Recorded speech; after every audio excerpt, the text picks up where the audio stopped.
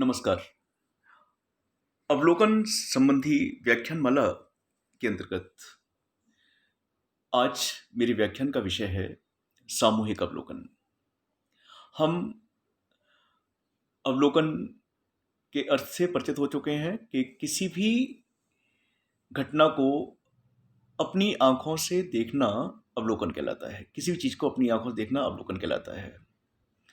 और जब अवलोकन शब्द का प्रयोग हम समाजशास्त्रीय घटनाओं के अध्ययन के संदर्भ में करते हैं तो इसका सीधा सा तात्पर्य है कि समाज वैज्ञानिक द्वारा घटित होने वाली घटना को स्वयं अपनी आंखों से देखना, उसके कारणों को अपने आंखों से देखना, परिणामों को अपनी आंखों से देखना, घटना के विभिन्न पहलुओं को देखना और अपनी इंद्रियों से उस घटना को समझना।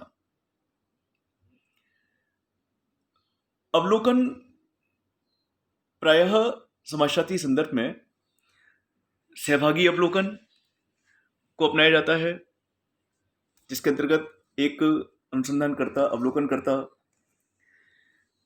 अध्ययन क्षेत्र में जाकर निवास करता है, समूह की संस्कृति को अपनाता है, उस संस्कृति को जीता है, अपने व्यवहार, अपने आचरण, अपने पहनावे, अपनी भाषा के द्वारा उस समूह की संस्कृति को वो रिफ्लेक्ट करता है, प्रदर्शित करता है।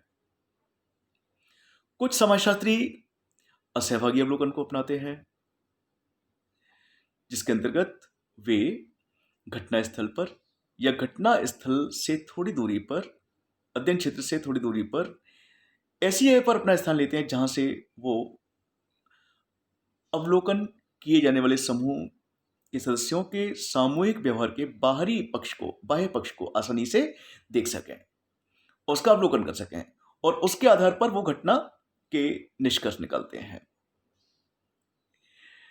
कुछ समाजशास्त्री और समाज वैज्ञानिक अर्ध सहभागी अवलोकन को अपनाते हैं, जिसके अंतर्गत कभी तो वो समूह के बीच उपस्थित रहते हैं, वहां रह करके घटना से संबंधित विभिन्न जो सूचनाएं हैं वो सूचनादाताओं से प्राप्त करते हैं, उनसे प्रत्यक्ष रूप से जुड़ करके, उनके साथ पूरी तरह मिक्सअप होकर के।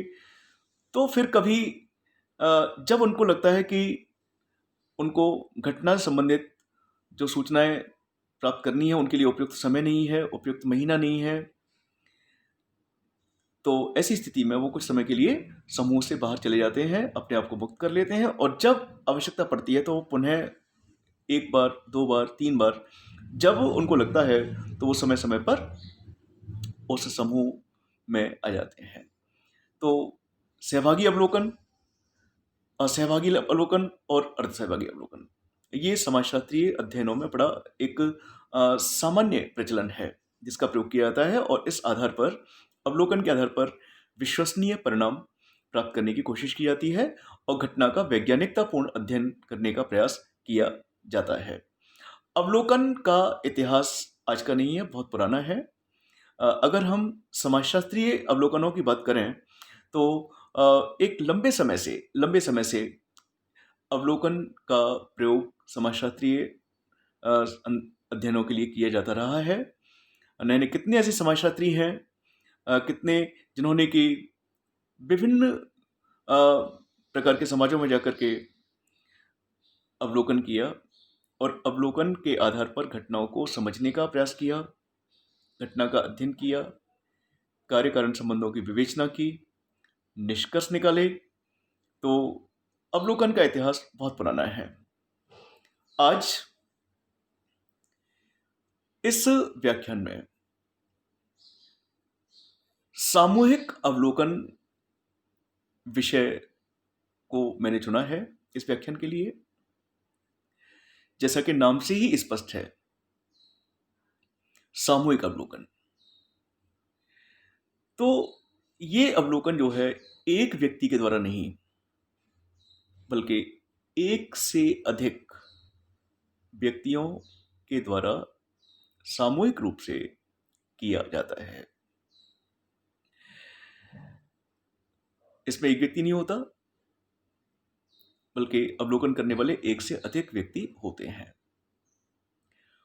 प्रायः इस प्रकार का जो अवलोकन है, सामूहिक अवलोकन है, वो सरकारी एजेंसीज के द्वारा किया जाता है। सामूहिक अवलोकन में अध्ययन की जाने वाली घटना के विभिन्न पक्षों का एकाधिक विषय विशेषज्ञों द्वारा अवलोकन किया जाता है। जो जिस घटना का अध्ययन होना है, अभी तक तो हम बात कर रहे थे कि एक व्यक्ति अध्ययन करता है, लेकिन सामूहिक अवलोकन में एक व्यक्ति नहीं होता, अपितु एक से अधिक अवलोकनकर्ता होते हैं, और ये भी वो होते हैं जो विषय विशेषज्ञ होते हैं। सामूहिक अवलोकन में अवलोकन का कार्य एकाधिक व्यक्तियों के माध्यम से किया जाता है, ये बात हम स्पष्ट कर लें। एक व्यक्ति के द्वारा सामूहिक अवलोकन नहीं किया जाता।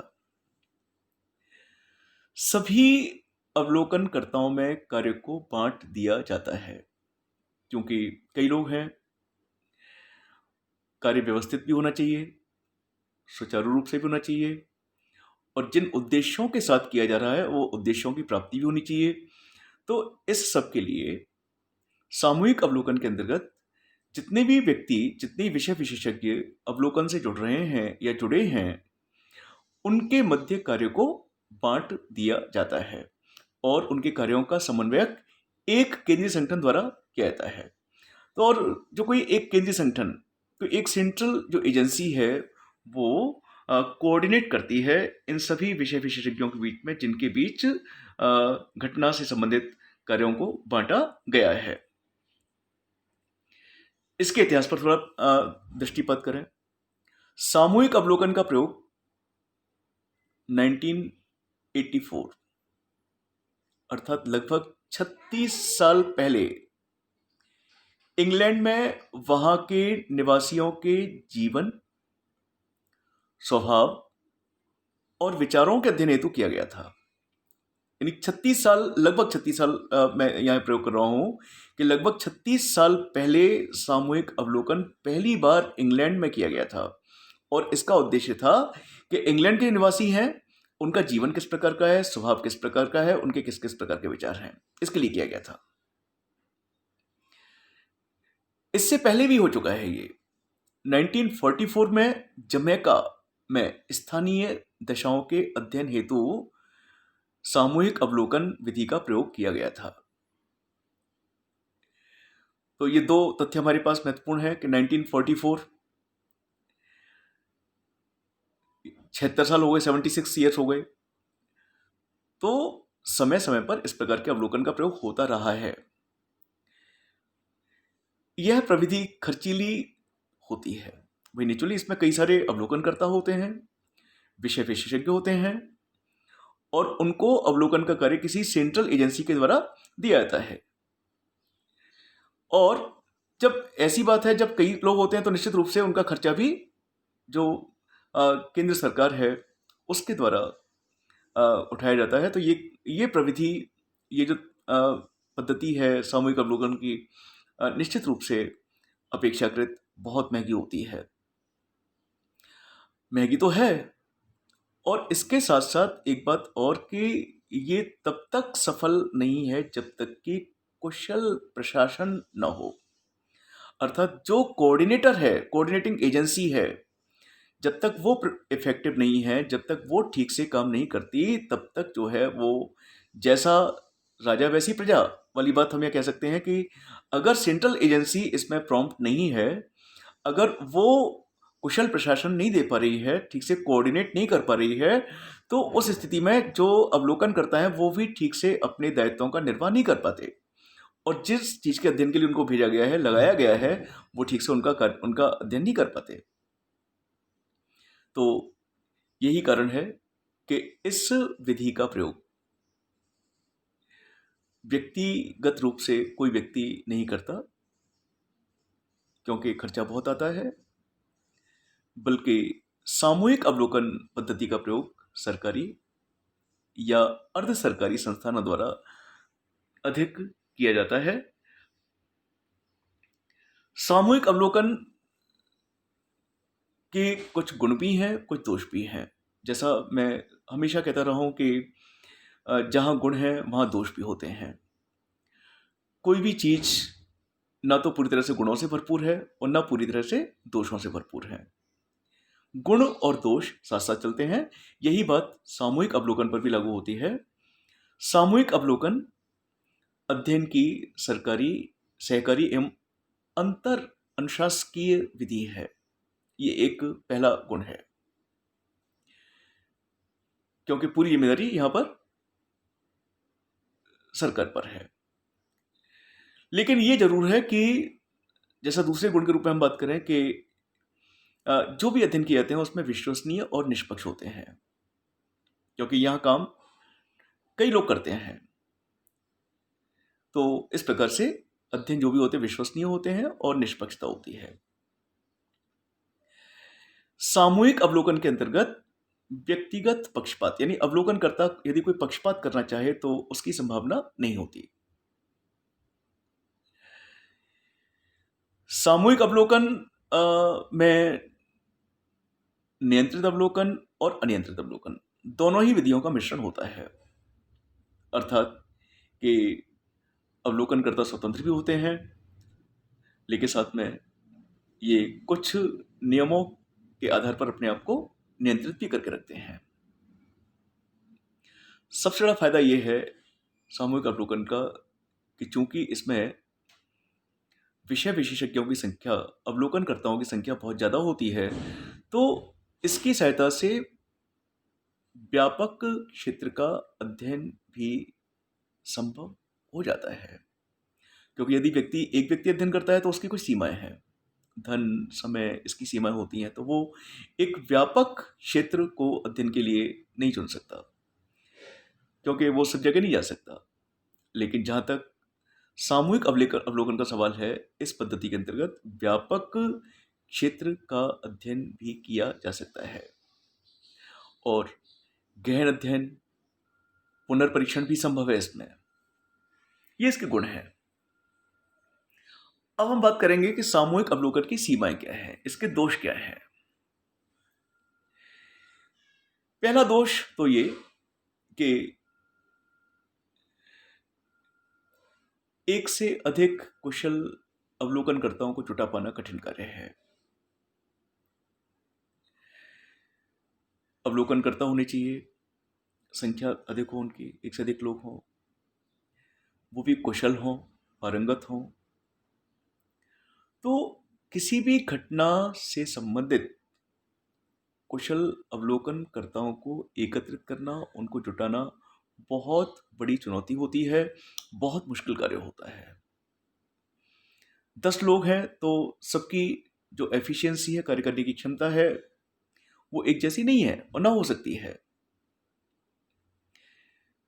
फिर विभिन्न अवलोकनकर्ताओं के कार्यों में परस्पर समन्वय व संतुलन बनाया जाना आसान नहीं है।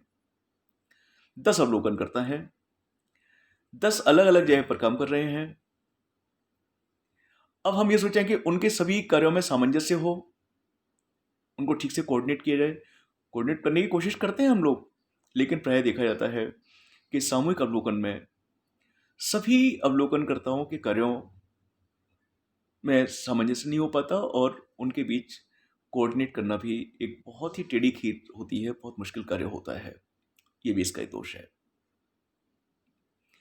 फिर वांछित मात्रा में समय, धन, परिश्रम की व्यवस्था कर पाना आसान नहीं होता। भाई समय सीमा होती है, हम किस समय में कितने लोगों से का अवलोकन करना चाहते हैं, कितने बड़े क्षेत्र का अवलोकन करना चाहते हैं, उसके लिए पैसे की आवश्यकता पड़ती है, परिश्रम की भी आवश्यकता पड़ती है। तो जितने लोगों का, सपोज हमको एक महीने में 1000 लोगों का अवलोकन करना है, तो उसके लिए ये भी एक बहुत बड़ी चुनौती होती है। तो ये भी सामूहिक अवलोकन की एक बहुत बड़ा सीमा या कहना चाहिए दोष के रूप में हमारे सामने आता है। और सबसे बड़ा दोष ये है कि सामूहिक अवलोकन का प्रयोग प्राय सरकारी संगठनों के द्वारा ही संभव है। तो चूंकि सरकारी संगठन वाली बात आती है, तो व्यक्तिगत जो व्यक्ति से जुड़े होते हैं वो अपनी व्यक्तिगत जिम्मेदारी से बचने का प्रयास करते हैं और इस प्रकार से सरकार जिन अपेक्षाओं को लेकर के सामूहिक अवलोकन करवाती है, सहकारी संगठन या सरकारी संगठन या अर्ध सरकारी संगठन जो सामूहिक अवलोकन आयोजित करते हैं, तो कई बार देखा जाता है कि जो अवलोकन करता है वो कार्य करने से बचते हैं, कार्य करने से परहेज करते हैं और इस प्रकार से जिन उद्देश्यों के साथ अवलोकन किया जाता है उन उद्देश्यों को पूर्णता नहीं हो पाती। धन्यवाद।